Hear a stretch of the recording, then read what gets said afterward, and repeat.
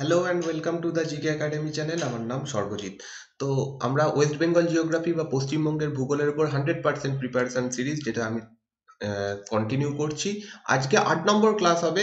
এই ক্লাসে আমরা দেখব স্বাভাবিক উদ্ভিদ এবং জাতীয় উদ্যান, ন্যাচারাল ভেজিটেশন এবং ন্যাশনাল পার্ক সম্পর্কে। তো বনভূমি সম্পর্কে পুরো ব্যাপারটা আজকের এই ক্লাসের মাধ্যমে কমপ্লিট করে দেবো। তোমরা খুব ভালো রেসপন্স করছো এই সিরিজটাতে, তো সেই জন্য আমি খুব খুশি। আরও বেশি সাপোর্ট করো, যাতে আমি পুরো ব্যাপারটা যেমনভাবে চাইছি পুরো ডিটেলসে বোঝাতে, যাতে তোমাদের ইচ অ্যান্ড এভরি কোশ্চেন যেখান থেকে পশ্চিমবঙ্গের ভূগোল থেকে যদি আসে, যদি ঘুরিয়েও কোশ্চেন আসে, তাহলে তোমাদের সুবিধা হয়। সেই জন্যই চেষ্টা এই সিরিজটা পুরো চালানোর, এবং তোমাদের রেসপন্স দেখে আমি খুবই খুশি। তো প্লিজ একটু লাইক, একটু বন্ধুদের মধ্যে শেয়ার অবশ্যই করো। তো আজকে 8 নম্বর ক্লাস। যদি তোমরা আগের দিনের ক্লাসগুলো না দেখে থাকো, এখনো যারা দেখোনি, নতুন যারা, তারা প্লিজ এই চ্যানেলের প্লেলিস্টে গিয়ে 100% প্রিপারেশন ওয়েস্ট বেঙ্গল জিওগ্রাফি একটা প্লেলিস্ট পেয়ে যাবে। সেইখানে গিয়ে তোমরা পুরো ক্লাসগুলো, আগের যে ক্লাসগুলো দেখতে পারো। আর পশ্চিমবঙ্গের ভূগোলের একদম বিগিনিং থেকে, প্রথম থেকে ম্যাপের সাহায্যে ডিটেলসে আমি এই ক্লাসগুলো তোমাদের সামনে প্রেজেন্ট করছি। তো চলো আমরা আজকে দেখবো প্রাকৃতিক বনভূমি এবং জাতীয় উদ্যান সম্পর্কে। এই জিনিসটায়, এই পুরো চ্যাপ্টারটাতে কিছু জিনিস রয়েছে বোঝার, আর কিছু জিনিস রয়েছে পুরো তোমাদের মুখস্থ করতে হবে। তো ফার্স্টে যেটুকু বোঝার অংশ রয়েছে সেইগুলো আমি আগে বুঝিয়ে দেবো। বাকি অংশটা যেটা তোমাদেরকে মনে রাখতে হবে, অর্থাৎ যে ডেটা পার্টটা, সেটা একটু পরে আমি তোমাদের জানাচ্ছি। এটা আমাদের পশ্চিমবঙ্গের ম্যাপ। প্রথম জিনিস যেটা তোমাদের মাথায় আনতে হবে সেটা হচ্ছে পশ্চিমবঙ্গের অধিকাংশ জায়গাটা সমভূমি অঞ্চলের মধ্যে পড়ে। আর যেখানে যেখানে, শুধু পশ্চিমবঙ্গ বলছি না, ভারতের যে কোনো জায়গাতে যদি সমভূমির পরিমাণ বেশি হয়, তাহলে সেখানে কৃষিকাজ বেশি হবে, সেখানে শহরের পরিমাণ বেশি হবে। এইগুলো যদি হয়, তাহলে বনভূমির পরিমাণও অনেক কম হবে। পশ্চিমবঙ্গ রাজ্যের যেহেতু অধিকাংশ জায়গাটা সমভূমির মধ্যে পড়ছে, তাই জন্য পশ্চিমবঙ্গে বনভূমির পরিমাণ অনেকটা কম। এবার পশ্চিমবঙ্গে যে বনভূমিগুলো দেখা যায়, যে স্বাভাবিক উদ্ভিদ দেখা যায়, তাকে মোটামুটি 6টা ভাগে ভাগ করা যায়। সেই ভাগগুলোতে যাওয়ার আগে তোমাদের জানতে হবে যে বনভূমি কেন তৈরি হয়, হোয়াট ইজ দ্য রিজন। বনভূমি তৈরি হওয়ার পিছনে কি কারণ রয়েছে। বনভূমি সেইখানেই তৈরি হবে যেখানে বৃষ্টিপাতের পরিমাণ খুব বেশি। যতটা বেশি বৃষ্টিপাত, তত ঘন বনভূমি হবে।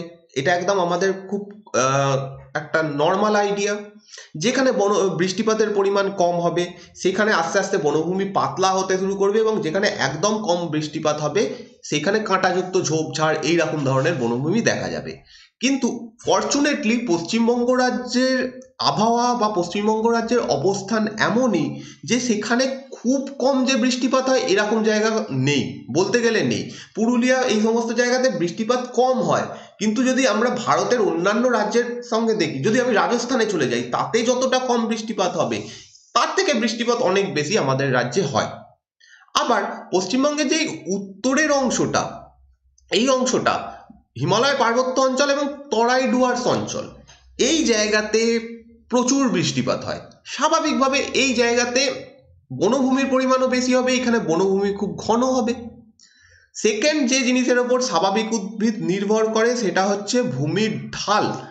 তোমরা একটু পরেই জানতে পারবে যে হিমালয় পার্বত্য অঞ্চলের বিভিন্ন হাইটে বিভিন্ন ধরনের বনভূমি দেখা যায়। আমরা যদি একদম তরাই ডুয়ার্স অঞ্চলে দেখি, তাহলে দেখবো এক ধরনের বনভূমি। আমরা একটু হাইটে উঠবো, সেখানে বনভূমি চেঞ্জ হয়ে যাবে। আমরা সব থেকে হাইটে যাব, সেখানে বনভূমি চেঞ্জ হয়ে যাবে। তো সেকেন্ড কারণ হচ্ছে এই ভূমির ঢাল, ভূমির উচ্চতা কিরকম, কোন জায়গায়।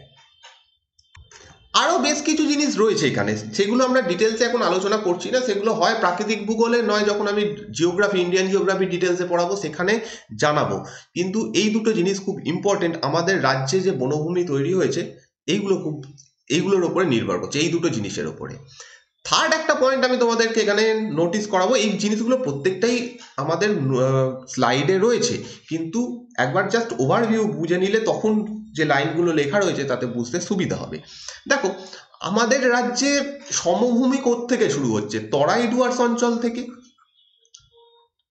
তরাই ডুয়ার্স অঞ্চল থেকে শুরু হচ্ছে, এই দিকের মালভূমি অঞ্চলটা আমি যদি বাদ দিয়ে দিই তাহলে পুরো অংশটা সমভূমি অঞ্চল।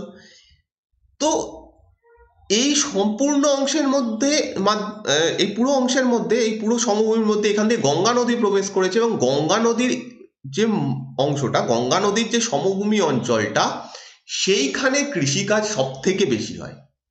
সেই কারণে এই জায়গাতে বনভূমির পরিমাণ খুবই কম। কলকাতা জেলাতে সব থেকে কম বনভূমি আমরা দেখতে পাবো। তো এই জায়গাটাতে অধিকাংশ বড় বড় যে শহরগুলো সেইগুলো রয়েছে, অধিকাংশ যে শিল্পাঞ্চলগুলো সেইগুলো রয়েছে, আর কৃষিকাজ এই জায়গাতে সব থেকে বেশি হয়, যার ফলে এই জায়গাতে এই মাঝখানের যে অংশটা সেইখানে বনভূমির পরিমাণ কম। এই অংশটাতে রয়েছে সুন্দরবন, আবার এই দক্ষিণ 24 পরগনা এবং উত্তর 24 পরগনার এই জায়গাগুলোতে বনভূমির পরিমাণ বেশি, কারণ এই জায়গাতে রয়েছে সুন্দরবন। তো এই হচ্ছে ওভারঅল ব্যাপারটা বোঝার মতো যেটা ছিল। আমরা এবার একটু যাব এখানে স্লাইডে। এবার ডাইরেক্ট কিছু ডেটা তোমাদের সামনে আমি প্রেজেন্ট করছি, কিছু ডেটা, যে ডেটাগুলো তোমাদের পরীক্ষায় কোনো না কোনো পরীক্ষায় কাজে লাগবেই। এই ডেটা ঘুরিয়ে ফিরিয়ে বিভিন্নভাবে প্রশ্ন করা হয়। যেমন প্রথম বলা হচ্ছে, ভারতের বন সমীক্ষা অনুসারে রাজ্যের বনভূমি 11,730 বর্গ কিলোমিটার, 11,730 স্কোয়ার কিলোমিটার, যা মোট ভৌগোলিক ক্ষেত্রের মাত্র 13.50%, যা জাতীয় গড় 23%-এর থেকে অনেকটা কম। আমাদের দেশের বনভূমির গড় মোটামুটি 23, এটা এক্সাক্ট ফিগার নয়, মোটামুটি 23% হচ্ছে ভারতের টোটাল বনভূমি। ভারতের যে আয়তন তার 23% বনভূমি দিয়ে ঢাকা। আর পরিবেশবিদরা বলেছেন 33% মিনিমাম রাখতে হবে বনভূমি কভার, তাহলে এক জায়গাকার কোনো একটা দেশের বা কোনো একটা অঞ্চলের জলবায়ু ঠিক থাকবে, নয়তো প্রবলেম শুরু হয়ে যাবে। তো সেখান থেকে এমনি ভারতের কম, তো প্রায় 23, তার থেকেও পশ্চিমবঙ্গের কম, মাত্র 13.50% এখানে বনভূমি কভার এরিয়া রয়েছে। সব থেকে বেশি বনভূমি রয়েছে জলপাইগুড়িতে 45%, দ্বিতীয় হচ্ছে দক্ষিণ 24 পরগনা 28%। কোনোদিন যদি, যখন একটা কথা চলছে যে সুন্দরবনকে আলাদা করে দেওয়া হবে, যেদিনই সুন্দরবনকে আলাদা ডিস্ট্রিক্ট করা হবে দক্ষিণ 24 পরগনারও অনেক কমে যাবে, কারণ দক্ষিণ 24 পরগনাও পুরো সমভূমি অঞ্চলের মধ্যে পড়ছে, এবং এই যে 28% দেখছো তার বিশেষ কারণ হচ্ছে সুন্দরবনের জন্য এখানটা হয়েছে। তাহলে ফার্স্ট জেলা হচ্ছে জলপাইগুড়ি 45%, দ্বিতীয় হচ্ছে দক্ষিণ 24 পরগনা 28%, স্বল্পতম হচ্ছে কলকাতা মাত্র 0.5% বনভূমি এখানে রয়েছে। দরকার কত? 33%, 33% রাখার দরকার, সেখানে রয়েছে 0.5%। এই কারণে কলকাতাতে দূষণ এত পরিমাণে বেড়ে গেছে। এখন প্রায় শোনা যাচ্ছে যে দিল্লি খুব দূষিত এলাকা, প্রচন্ড এয়ার পলিউশন, তারপরেই কলকাতা, মানে কলকাতাও বেশ ভালোভাবে এগোচ্ছে। তো এইটাই হচ্ছে কারণ। মোট বনাঞ্চলের মধ্যে 59.4% হচ্ছে সংরক্ষিত বন, 31% হচ্ছে সুরক্ষিত বন, এবং 8.9% হচ্ছে অবিচ্ছিন্ন বন। এইগুলো কি একটু তোমাদের বুঝে নিতে হবে। প্রথম হচ্ছে সংরক্ষিত বন, বা ইংরেজিতে হচ্ছে রিজার্ভ ফরেস্ট। তোমরা ন্যাশনাল পার্কের কথা শুনেছো, সেখানে কি করা হয়? রিজার্ভ করা হয়। এই বনভূমিটা অ্যাকচুয়ালি সেটাই, ন্যাশনাল পার্কগুলোর মধ্যে যে বনভূমিটা রয়েছে সেটা অ্যাকচুয়ালি সংরক্ষিত বন। এখানে কোনো রকম হিউম্যান অ্যাক্টিভিটি করা যাবে না, এটা সম্পূর্ণভাবে সংরক্ষিত, এবং এই রকম পরিমাণ হচ্ছে 59.4% টোটাল যা বনভূমি তার মধ্যে। 31.8 হচ্ছে সুরক্ষিত বন বা প্রোটেক্টেড ফরেস্ট। তোমরা ওয়াইল্ড লাইফ স্যাংচুয়ারির কথা শুনেছো, যেগুলোতে এই অঞ্চলে যে বনভূমি রয়েছে সেগুলো হচ্ছে সুরক্ষিত বন। এখানে কিছু কিছু জিনিস করা যায়, কিন্তু হিউম্যান অ্যাক্টিভিটি 100% নয়। মানে কেউ, কোনো একজন স্থানীয় মানুষ, এখানকার স্থানীয় মানুষ চাইলো যে আমি বনে যাব, গিয়ে কিছু কাঠ কেটে আনবো আমার বাড়িতে রান্না করার জন্য বা আমার বাড়ি তৈরি করার জন্য, সে করতে পারে। কিন্তু কোনো একটা কোম্পানি গিয়ে এখান থেকে চাইলো যে কাঠ কেটে আমি চেয়ার টেবিল বানাবো, সেটা করতে পারবে না। এই রকম বনভূমিকে বলা হয় সুরক্ষিত বন। আর যে সংরক্ষিত বন বা ন্যাশনাল পার্ক যে এরিয়াগুলো, সেখানে কোনো রকম অ্যাক্টিভিটি করা যাবে না, সে স্থানীয় মানুষ হোক, কোনো ব্যবসায়ী হোক, কেউ কিছু করতে পারবে না। আর 8.9% হচ্ছে অবিচ্ছিন্ন বন বা ইংরেজিতে হচ্ছে আনক্লাসড ফরেস্ট। আনক্লাসড ফরেস্ট হচ্ছে আমরা আমাদের চারপাশে প্রচুর গাছপালা দেখতে পাই, সেগুলো আমরা নিজের হাতে লাগাইনি, স্বাভাবিকভাবে হয়েছে, তো সেইগুলো স্বাভাবিক উদ্ভিদের মধ্যে পড়ে, স্বাভাবিক বনভূমির মধ্যে পড়ে। তো এই ধরনের বনভূমি রয়েছে 8.9%। আমাদের চারপাশে যে বনভূমিগুলো দেখতে পাচ্ছি সেগুলো না সুরক্ষিত না সংরক্ষিত, সেগুলো এমনি এমনিই হয়েছে। আমরা চাইলে যখন খুশি একটা গাছ কেটে দিই, তা করি না? বাড়ি তৈরি করতে হবে, অর্ধেক গাছ কেটে দিলাম। পাশে আমাদের বাড়ির ছাদের ওপর পড়ছে, পাতা পড়ছে, একটা গাছ কেটে দিলাম। তো এই ধরনের বনভূমিতে কোনো রেস্ট্রিকশন নেই। এইটা হচ্ছে অবিচ্ছিন্ন বন 8.9%, এগুলোকে ইংরেজিতে বলা হয় আনক্লাসড ফরেস্ট। তো পশ্চিমবঙ্গে আমরা দেখলাম যে টোটাল 6 রকমের বনভূমি পাওয়া যায়। সেই 6 রকমের বনভূমি সম্পর্কে একটু একটু জিনিস তোমাদের জানতে হবে। প্রথম হচ্ছে ক্রান্তীয় আর্দ্র পর্ণমোচী বনভূমি, ট্রপিক্যাল ময়েস্ট ডেসিডুয়াস, ইংরেজি হচ্ছে ট্রপিক্যাল ময়েস্ট ডেসিডুয়াস। পর্ণমোচী মানে হচ্ছে এই ধরনের বনভূমিগুলো একটা নির্দিষ্ট সময়ে তাদের পাতা ঝরিয়ে দেবে। ক্রান্তীয় কারণ এটা ক্রান্তীয় অঞ্চলে রয়েছে, অর্থাৎ আমাদের এটা পৃথিবীর এটা হচ্ছে নিরক্ষরেখা, এখানে এর কাছাকাছি যে বনভূমি থাকবে তাকে বলা হয় নিরক্ষীয় বনভূমি। তারপরে রয়েছে কর্কট ক্রান্তি রেখা, মকর ক্রান্তি রেখা 23.5 ডিগ্রি, এখানে 23.5 ডিগ্রি নর্থ, এদিকে 23.5 ডিগ্রি সাউথ। এই দুটো জায়গাকে বলা হয় কর্কট ক্রান্তি এবং মকর ক্রান্তি, এবং এর আশেপাশে যে বনভূমিগুলো রয়েছে সেই অংশের বনভূমিকে বলা হয় ক্রান্তীয় বনভূমি। ক্লিয়ার? তো আমরা যেহেতু আমাদের দেশ এখানে অবস্থান করছে এবং পশ্চিমবঙ্গের মধ্যে দিয়েও এই রেখাটা যাচ্ছে, তো এখানে যে বনভূমিটা দেখা যায় সেইগুলোকে বলা হয় ক্রান্তীয়। তাহলে ক্রান্তীয় কমপ্লিট, পর্ণমোচী কমপ্লিট। এবার আর্দ্র কেন? যেখানে বৃষ্টিপাতে, এই অঞ্চলের মধ্যে যেখানে বৃষ্টিপাতের পরিমাণ বেশি সেই অঞ্চলে হবে আর্দ্র পর্ণমোচী। যদি এই অঞ্চলের কোথাও এমন জায়গা থাকে যেখানে বৃষ্টিপাতের পরিমাণ কম, সেখানে হবে শুষ্ক পর্ণমোচী।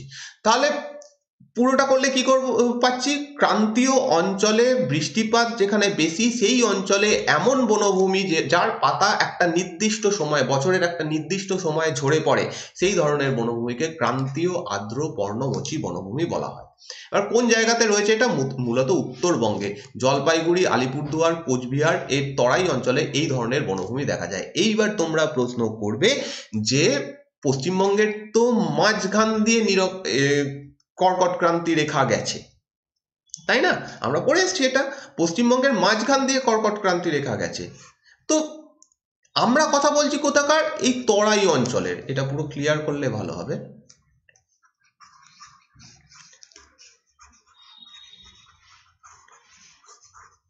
কর্কট ক্রান্তি রেখা গেছে মাঝখান দিয়ে, ওকে। আর আমরা কথা বলছি এই অঞ্চলটাকে নিয়ে। এটা কি করে হলো? অ্যাকচুয়ালি আমি একটু আগেই বললাম যে ক্রান্তীয় বলতে কর্কট ক্রান্তি বা মকর ক্রান্তি রেখার কাছাকাছি অঞ্চলে যে বনভূমিগুলো সেইগুলোর কথা বলা হয়। তো কর্কট ক্রান্তি রেখা এখান দিয়ে যাচ্ছে মানে কাছাকাছি বলতে এইটুকু জায়গা নয়, এই পুরো এলাকাটাই আমাদের কর্কট ক্রান্তি রেখার আন্ডারে পড়ছে, মানে ক্রান্তীয় অঞ্চলের মধ্যেই পড়ছে। তো তার এই অংশটা, তাহলে আবার প্রশ্ন তোমরা করবে যে এর কাছাকাছি যে অংশগুলো সেইগুলোর নাম কেন নিলাম না? এই জায়গাগুলোতেও তো ক্রান্তীয় আর্দ্র পর্ণমোচী বনভূমি হওয়া উচিত। এদিকটায় হবে না, কারণ এদিকে বৃষ্টিপাতের পরিমাণ কম। তো এই দিকটাতে তো বৃষ্টিপাত ভালোই হয়, এখানে তো বৃষ্টিপাত ভালোই হয়, এখানে বৃষ্টিপাত ভালোই হয়, তাহলে এখানে কেন ক্রান্তীয় আর্দ্র পর্ণমোচীর মধ্যে রাজ্যগুলোর নাম রাখা হয়নি? তার কারণ এই অংশটায় একটু আগেই বললাম যে কৃষিকাজের পরিমাণ অনেক বেশি, শহরাঞ্চলের পরিমাণ অনেক বেশি, তো এইখানে বনভূমির পরিমাণও কম, সেই জন্য আমাদের এই নোটসে এই রাজ্যগুলোর নাম রাখা হয়নি। কনফিউজ হবে না, সেই জন্য আমি এটা একটু ডিটেলসে বলে দিলাম। যাই হোক, এখানে বলা হচ্ছে মূলত উত্তরবঙ্গে জলপাইগুড়ি, আলিপুরদুয়ার এবং কোচবিহারের তরাই অঞ্চলে এটা আমরা দেখতে পাবো ক্রান্তীয় আর্দ্র পর্ণমোচী। এছাড়াও আমাদের চারপাশে যে বনভূমিগুলো দেখতে পাচ্ছি যেগুলোকে প্রোটেক্ট করা নয়, সেগুলোও ক্রান্তীয় আর্দ্র পর্ণমোচী। যেমন এখানে রয়েছে চামো, শিশু, শিমুল, সেগুন, শাল, মহুয়া, এছাড়া আম, জাম, এই সমস্ত ধরনের যে গাছগুলো সেইগুলো হচ্ছে ক্রান্তীয় আর্দ্র পর্ণমোচীর মধ্যে পড়ে। তো এই নামগুলো যেগুলো খুব ইম্পর্টেন্ট সেগুলো এখানে লিখেছি, আম জাম এগুলো লিখিনি, সবাই জানে কোন জায়গাতে আম জাম গাছ হয়। তো চামো, শিশু, শিমুল, সেগুন, শাল এই ধরনের বনভূমি, মহুয়া এই ধরনের গাছ এই বনভূমির প্রধান উদ্ভিদ। পশ্চিমবঙ্গে সর্বোচ্চ এই ধরনের বনভূমি দেখা যায়। দেখো, আমরা যে অঞ্চলটার কথা বলছি সরি, আমরা যে অঞ্চলটার কথা বলছি অর্থাৎ তরাই অঞ্চল। তরাই অঞ্চলের ক্ষেত্রে আমরা জলবায়ু পড়ে এসেছি। জলবায়ুতে দেখেছিলাম যে তরাই অঞ্চলটাতে প্রচুর পরিমাণে বৃষ্টিপাত হয়। এই অংশে আমাদের যে দক্ষিণ পশ্চিম মৌসুমী বায়ুর বঙ্গোপসাগরীয় শাখা সে এরকমভাবে এসে প্রথমে বাধাপ্রাপ্ত হয় এই অঞ্চলটাতে। বাধাপ্রাপ্ত হয়ে প্রথমে এই জায়গাটাতেই সব থেকে বেশি বৃষ্টিপাত করে। স্বাভাবিকভাবে প্রথম কন্ডিশন অনুযায়ী যেখানে বৃষ্টিপাতের পরিমাণ বেশি সেখানে বনভূমির পরিমাণ বেশি হবে। তো এই অঞ্চলে সব থেকে বেশি বনভূমি পাওয়া যায়। তো এই ধরনের বনভূমি অর্থাৎ আমাদের ক্রান্তীয় আর্দ্র পর্ণমোচী বনভূমি পশ্চিমবঙ্গে সব থেকে বেশি দেখা যায়। এ অবধি বুঝে নিলাম। নেক্সট হচ্ছে উপক্রান্তীয় বৃহৎ পাতাযুক্ত পার্বত্য বনভূমি, sub tropical broad leaved wet hill forest. আমরা একটু আগে যেটা দেখলাম, এখানে মুছে দিয়েছি, না মুছিনি, এটা হচ্ছে ক্রান্তীয় অঞ্চল। মোটামুটি এই রেখাটা অর্থাৎ কর্কট ক্রান্তি রেখা এবং মকর ক্রান্তি রেখার যে নিকটবর্তী অঞ্চলটাকে আমরা বলি ক্রান্তীয় অঞ্চল। এর থেকে ওপরে যখন যাব বা এর থেকে নিচে যখন যাব, ঠিক আছে, তখন আমরা পেয়ে যাব উপক্রান্তীয় অঞ্চল। এগুলো প্রাকৃতিক ভূগোলের পার্ট, আশা করছি তোমরা জানো, আমি পড়িয়েছি এগুলো। তো উপক্রান্তীয় বৃহৎ পাতাযুক্ত পার্বত্য বনভূমি, নামের মধ্যেই বুঝতে পারছি এটা উপক্রান্তীয় অঞ্চলে পাওয়া যাবে। এখানকার যে গাছগুলো সেগুলোর পাতাগুলো বড় বড় হবে এবং এটা পার্বত্য অঞ্চলে পাওয়া যাবে। অর্থাৎ আমরা আগের যে বনভূমিটা দেখলাম সেটা তরাই অঞ্চলে। তরাই অঞ্চল থেকে এবার আমরা যতটা উঠতে শুরু করব, প্রথমেই বললাম যে এটা হিমালয়ের ঢাল অনুযায়ী বনভূমি চেঞ্জ হয়। আমরা তরাই অঞ্চলে দেখলাম যে এক ধরনের বনভূমি, সেটা হচ্ছে ক্রান্তীয় আর্দ্র পর্ণমোচী। একটু ওপরে উঠব, হাইট কত, 300 থেকে 1650 মিটার উচ্চতায় এইখানে এই ধরনের উদ্ভিদ দেখা যায়। তোমরা যদি কোনোদিন কেউ যদি এতে ঘুরতে গেছো, পাহাড়ের দিকে ঘুরতে গেছো, তাহলে দেখবে যত উপরের দিকে আমরা উঠবো আস্তে আস্তে গাছের ধরন, গাছগুলো কেমন সব চেঞ্জ হতে থাকবে। এই জিনিসগুলো লক্ষ্য করলে এই চ্যাপ্টারগুলো খুব একটা বেশি প্রবলেম হয় না, বা তোমরা ছবিতেও হয়তো দেখেছো। উত্তরবঙ্গে 300 থেকে 1650 মিটার উচ্চতায় এই ধরনের বনভূমি পাওয়া যায়। এখানকার প্রধান উদ্ভিদ হচ্ছে মাওয়া, ক্যাটাস, পানিসেচ, লেক, মালতা, এই ধরনের উদ্ভিদগুলো আমরা এই জায়গাতে দেখতে পাবো। নেক্সট আমরা যাব পার্বত্য আর্দ্র নাতিশীতোষ্ণ বনভূমি, মাউন্টেন ওয়েট টেম্পারেট ফরেস্ট। নাতিশীতোষ্ণ অঞ্চল এমন একটা জায়গা যেখানে প্রচন্ড বেশি গরম পড়বে না, আবার প্রচন্ড বেশি ঠান্ডাও পড়বে না। অর্থাৎ কোন জায়গাটায় হতে পারে, আমাদের যে পার্বত্য অঞ্চল তার একদম নিচের অংশটা হচ্ছে তরাই অঞ্চল। এখানে খুব একটা বেশ, এই জায়গাটাকে নয়, এর পরের অংশটাও নয়, তারপরে যে মিডিয়াম যে অংশটা, এইরকম জায়গায় যে জায়গাগুলো রয়েছে, ঠিক আছে, খুব একটা বেশি হাইটে নয়, আবার খুব উঁচুতেও নয়, খুব নিচুতেও নয়, মিডিয়াম জায়গাতে যেগুলো রয়েছে, সেই সমস্ত জায়গাতে বছরে একটা নির্দিষ্ট সময় বরফপাত, তুষারপাতও হয় না, আবার সেখানে পুরো ঘাম ঝরানো গরমও হয় না। এই ধরনের জায়গাকে আমরা বলবো নাতিশীতোষ্ণ অঞ্চল। তো এই অংশটার মধ্যে যে বনভূমি পাওয়া যাচ্ছে সেটাকে আমরা বলছি পার্বত্য আর্দ্র নাতিশীতোষ্ণ বনভূমি বা মাউন্টেন ওয়েট টেম্পারেট ফরেস্ট। আগের যে বনভূমিটা সেটা দেখেছিলাম 300 থেকে 1650 মিটার হাইটে পাওয়া যায়। এইটা পাওয়া যাবে 1650 থেকে 3000 মিটার হাইটে। ওকে, প্রধান উদ্ভিদ হচ্ছে oak, maple, pine, fir, deodar, spruce. এটা স্প্রুস হবে, ইংরেজিতে দেখো স্প্রুস। তো এই ধরনের উদ্ভিদগুলো এখানে দেখা যায়। 4 নম্বর, এবার আমরা আরো একটু উপরে উঠছি, 3000 মিটার এর উচ্চতায় উঠছি। এর ওপরে যখন উঠবো তখন দেখা যাবে যে বছরের একটা নির্দিষ্ট সময় অর্থাৎ শীতকালে এই অঞ্চলে তুষারপাত হয়। আর যেহেতু তুষারপাত হয় সেই কারণে গাছগুলো নিজেদেরকে এমনভাবে তৈরি করেছে যে তার উপর বরফ পড়লে সেই বরফটা এরকমভাবে ঝরে নিচের দিকে পড়ে যায়। তো সেই কারণে এখানকার যে উদ্ভিদ সেগুলো দেখতে এরকম, অধিকাংশ উদ্ভিদগুলো দেখতে এরকম হবে, কিরকম হবে, পিরামিড আকৃতি।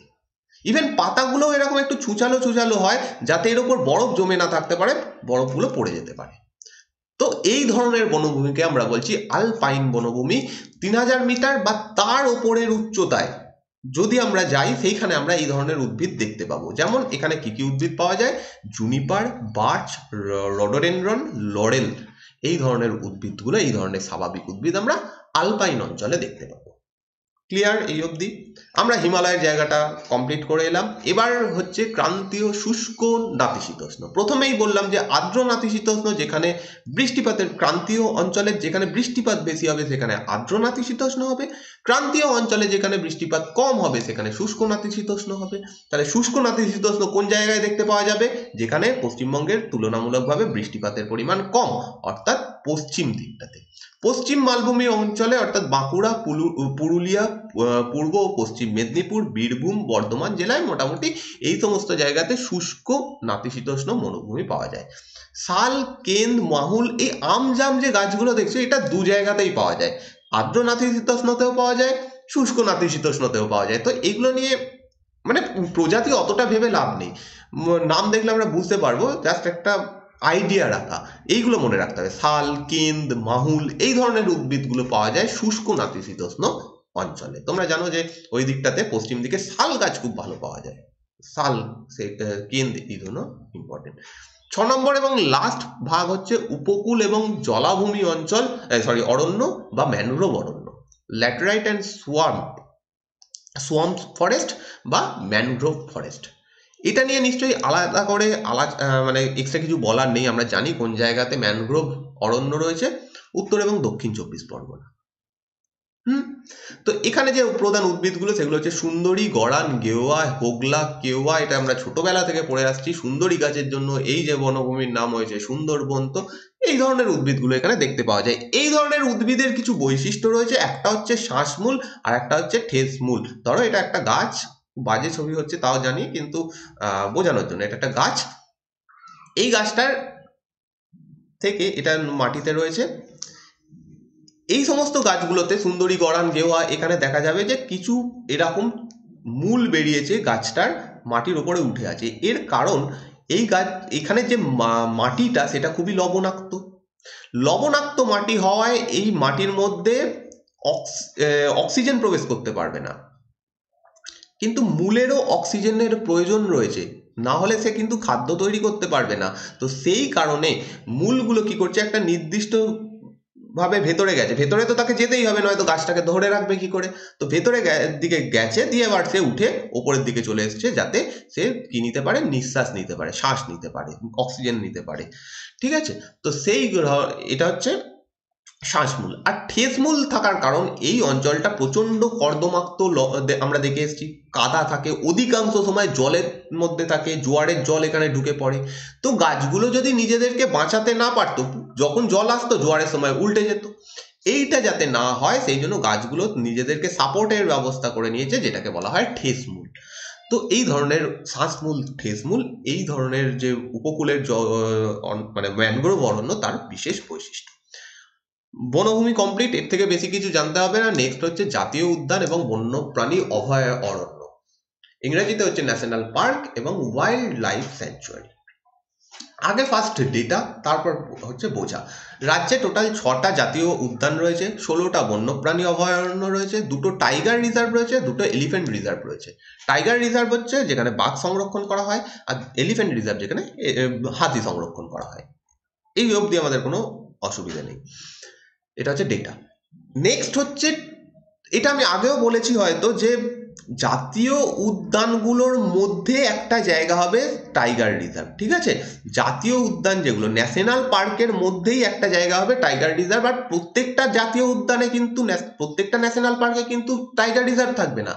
যে জাতীয় উদ্যানে বাঘ পাওয়া যাবে সেই অঞ্চল, সেই জাতীয় উদ্যানেই শুধুমাত্র এই টাইগার রিজার্ভগুলো দেখা যাবে। তো আমাদের রাজ্যে 2টো টাইগার রিজার্ভ রয়েছে। তো এবং এটা আমরা একটু পরে দেখছি কোনগুলো।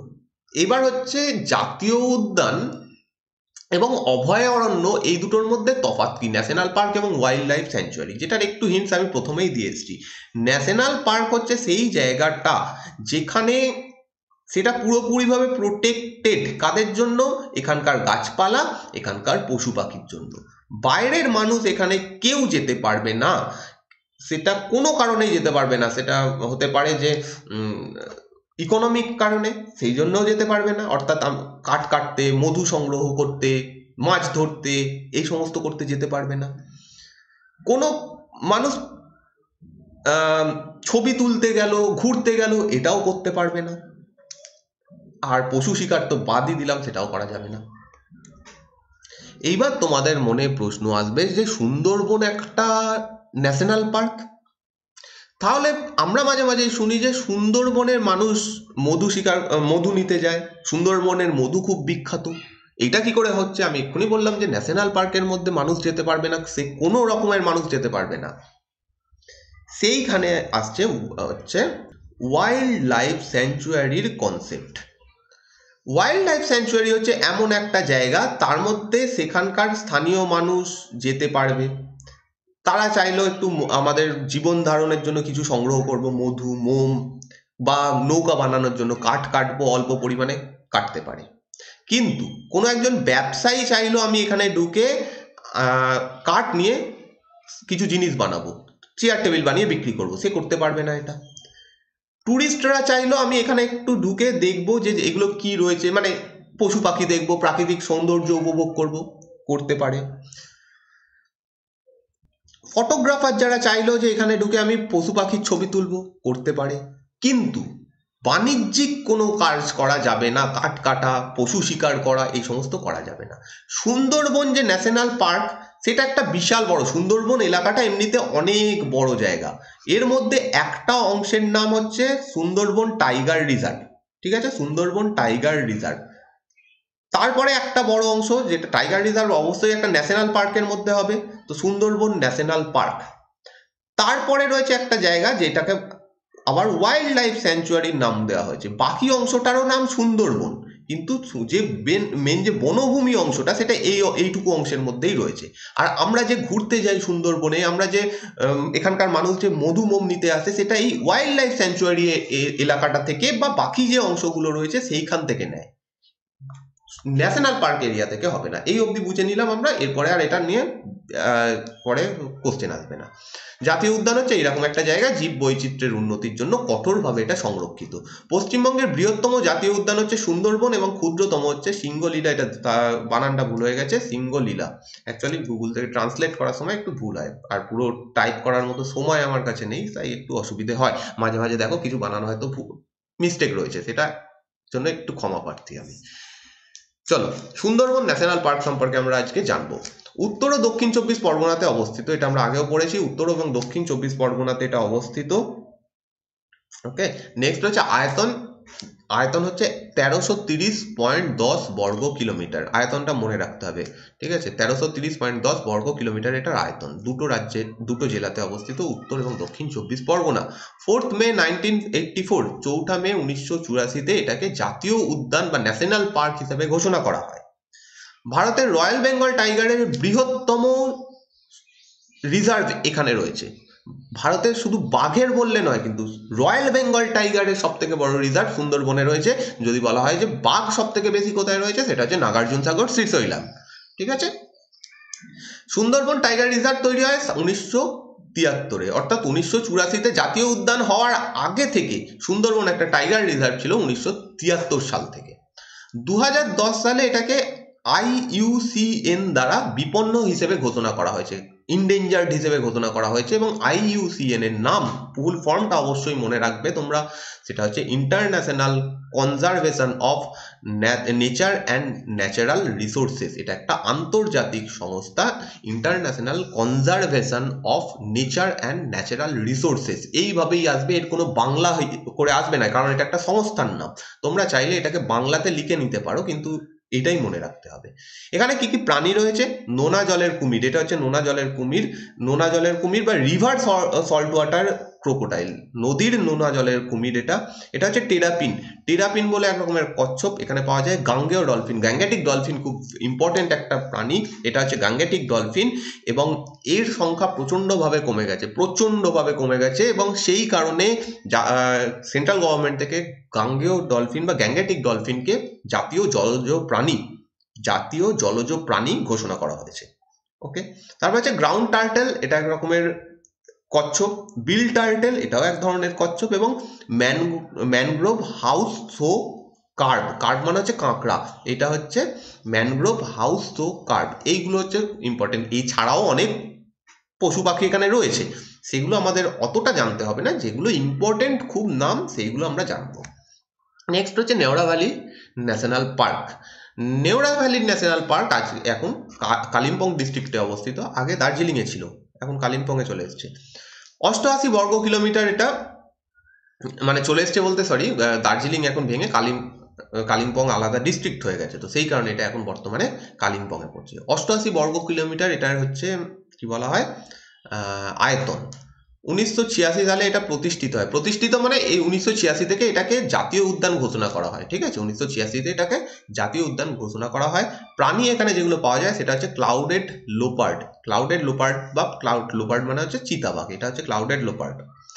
লাল পান্ডা, এইটা ইম্পর্টেন্ট, নেওড়া ভ্যালি জাতীয় উদ্যানের এই যে প্রাণীটা খুব ইম্পর্টেন্ট, এটা এখানে খুব বেশি পরিমাণে পাওয়া যায়, লাল পান্ডা বা রেড পান্ডা। তারপর আছে স্লথ বিয়ার, এক ধরনের হরিণ, ভাল্লুক। আচ্ছা, গোল্ডেন গরিল, বুনো ভাল্লুক এবং কস্তুরী হরিণ, ঠিক আছে। কস্তুরী হরিণের ইংরেজি হচ্ছে মাস্ক ডিয়ার, এই ইংরেজিগুলো একটু মনে রাখবে, কারণ মাস্ক ডিয়ার বলেও পরীক্ষায় প্রশ্ন করে দিতে পারে, যেমন এটা স্লথ বিয়ার এরকম ভাবেই আসবে, ঠিক আছে। স্লথ ভাল্লুক নাও আসতে পারে। তো ওয়াইল্ড বিয়ার, গোল্ডেন গরিল এই ধরনের প্রাণী এখানে দেখতে পাওয়া যায়। নেক্সট হচ্ছে সিঙ্গলীলা। সিঙ্গলীলা অবস্থিত দার্জিলিংয়ে এবং এটা আয়তনের দিক থেকে সব থেকে ছোট এবং উচ্চতার দিক থেকে পশ্চিমবঙ্গের সব থেকে উঁচুতে অবস্থিত। তো এই দুটো পয়েন্ট ইম্পর্টেন্ট। আয়তন হচ্ছে 78.60 বর্গ কিলোমিটার এবং এই উচ্চতা হচ্ছে 7000 ফুট, 7000 ফুট হাইটে এটা অবস্থিত। দার্জিলিং জেলাতে এটা অবস্থিত। 1992-তে এটাকে জাতীয় উদ্যান ঘোষণা করা হয়। পশ্চিমবঙ্গের সর্বোচ্চ ও ক্ষুদ্রতম এটা বলল প্রাণী হচ্ছে ক্লাউডেড লোপার্ড বা ক্লাউডেড চিতাবাঘ, আগে ছবি দেখলাম। লাল পান্ডা এটাও দেখলাম।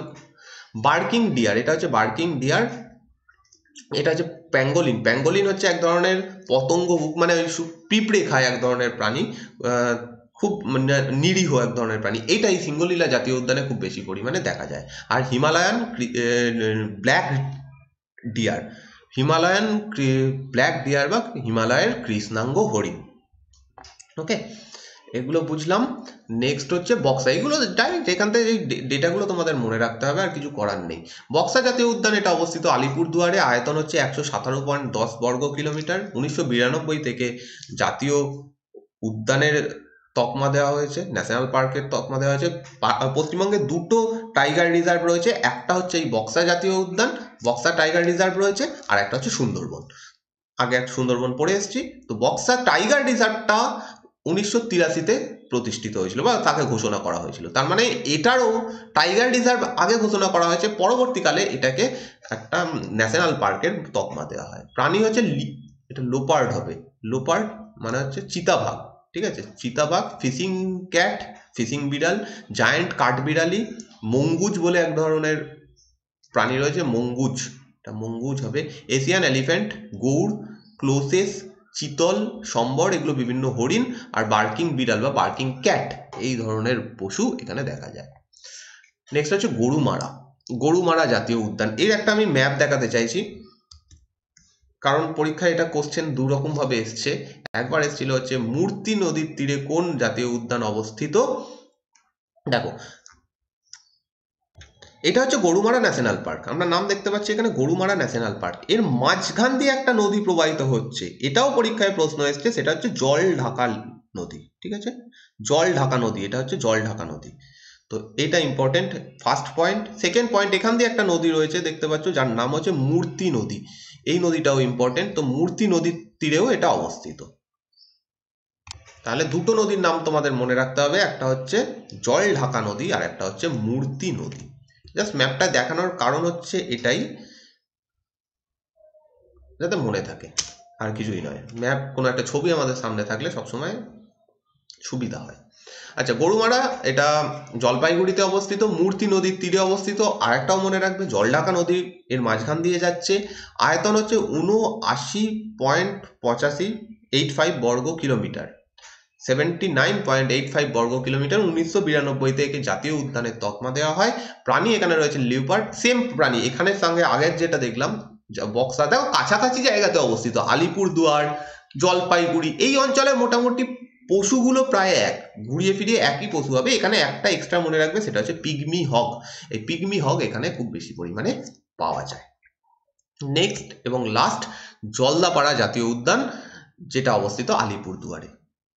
তোরসা নদীর তীরে এটা অবস্থিত। এই পয়েন্টগুলো ইম্পর্টেন্ট। এটা তোরসা নদীর তীরে অবস্থিত। আয়তন হচ্ছে 216.38 বর্গ কিলোমিটার, 2012। তাহলে এটাকে বলা যেতে পারে এটা হচ্ছে নিউয়েস্ট, ঠিক আছে, এটা নবীনতম জাতীয় উদ্যান আমাদের রাজ্যের। 2012 সালে এটাকে জাতীয় উদ্যান বলে ঘোষণা করা হয়। কাজিরাঙার পরে ভারতের দ্বিতীয় সর্বোচ্চ সংখ্যক এক শৃঙ্গ গন্ডার এই জাতীয় উদ্যানে রয়েছে। কাজিরাঙাতে রয়েছে সব থেকে বেশি সংখ্যায়, তারপরে হচ্ছে জলদাপাড়া। এবার আমরা আসবো অভয়ারণ্য বা ওয়াইল্ড লাইফ স্যাংচুয়ারি। কাকে বলে একটু আগে বুঝিয়ে দিলাম, যে এই অঞ্চলের মধ্যে এটা প্রোটেক্টেড এরিয়া, যেখানে ইকোনমিক অ্যাক্টিভিটি করা যাবে না, কিন্তু স্থানীয় মানুষ বা ভ্রমণের ক্ষেত্রে এই সমস্তগুলো করা যাবে, কিন্তু কোনোভাবেই গাছপালা পশু পাখিকে মানে করা যাবে না, হার্ম করা যাবে না। হ্যাঁ, স্থানীয় মানুষ চাইলে একটু গাছপালা কাঠ কাটতে পারে, মধু সংগ্রহ করতে পারে, কিন্তু আমি গিয়ে চাইলাম ওখান থেকে কাঠ কেটে আনবো, সেটা সম্ভব নয়। তো বন্যপ্রাণী, এটা সেটাই বলা হচ্ছে বন্যজীবন অভয়ারণ্য একটি সুরক্ষিত অঞ্চল, যেখানে নির্দিষ্ট পরিমাণে অন্যান্য ক্রিয়াকলাপ করা যায়। অন্যান্য ক্রিয়াকলাপের মধ্যে হচ্ছে ওই সমস্ত যেগুলো বললাম, ঠিক আছে। সজনেখালি অভয়ারণ্য হচ্ছে বৃহত্তম। সজনেখালি, এটা দক্ষিণ 24 পরগনাতে অবস্থিত। এটা এই ওয়াইল্ড লাইফ স্যাংচুয়ারির মধ্যে সব থেকে বড়, পশ্চিমবঙ্গের ওয়াইল্ড লাইফ স্যাংচুয়ারিগুলোর মধ্যে সব থেকে বড়। আর জোড়েপোখরি, এটা জোড়েপোখরি হবে, জোড়েপোখরি পশ্চিমবঙ্গের সব থেকে ছোট অভয়ারণ্য। এখান থেকে বেশি কিছু জানতে হবে না, কোথায় অবস্থিত, বেশি কিছু বলতে কি পশু হেনা তেনা এই সমস্ত জানতে হবে না, কিন্তু মেন যেটা জানতে হবে কোথায় অবস্থিত, ভেরি ভেরি ইম্পর্টেন্ট।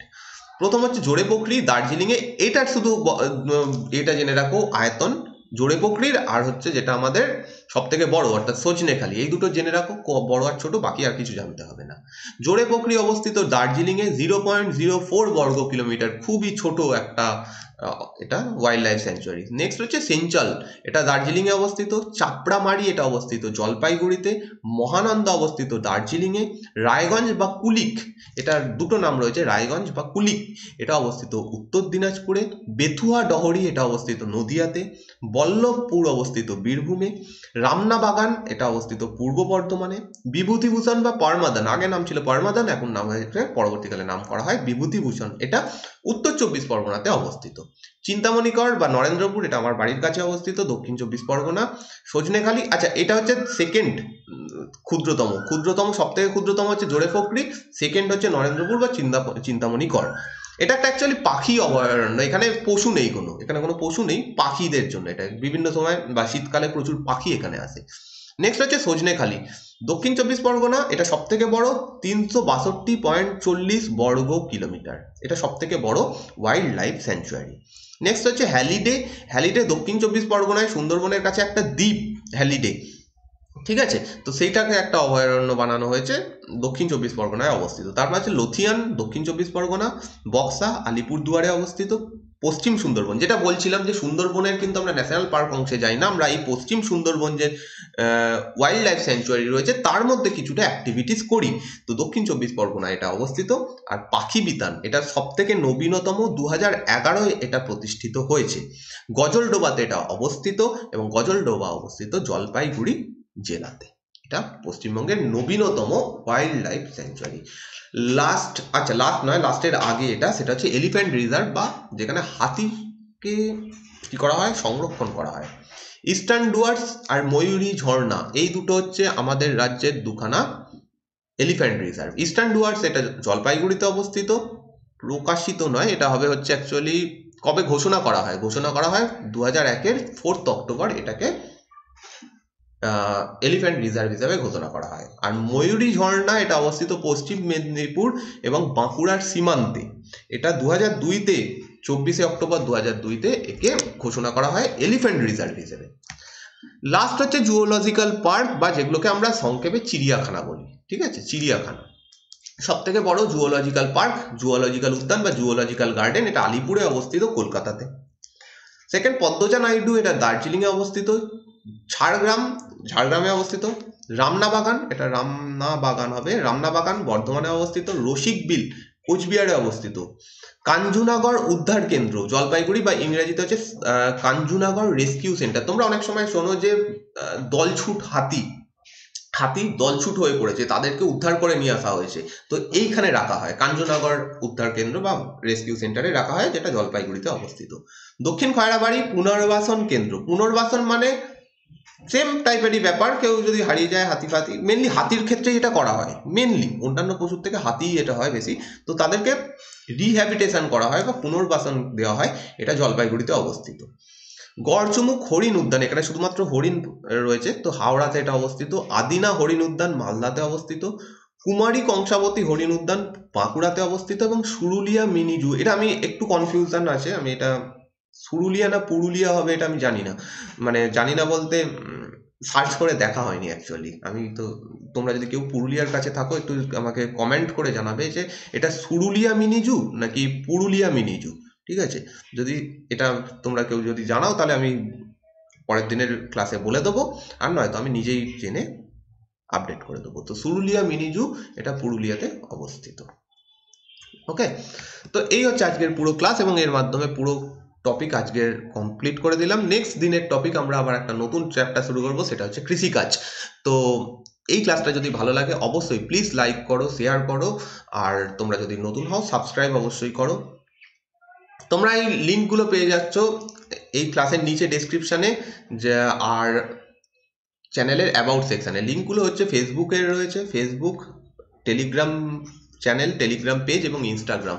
টেলিগ্রাম চ্যানেলে আমি পিডিএফগুলো দিয়ে দেবো যেটা আমি ইউজ করছি, আর যদি কোশ্চেন কোনো থাকে এখানে তোমরা কোশ্চেন করতে পারো, ফেসবুক, টেলিগ্রাম গ্রুপ আর ইনস্টাগ্রামে।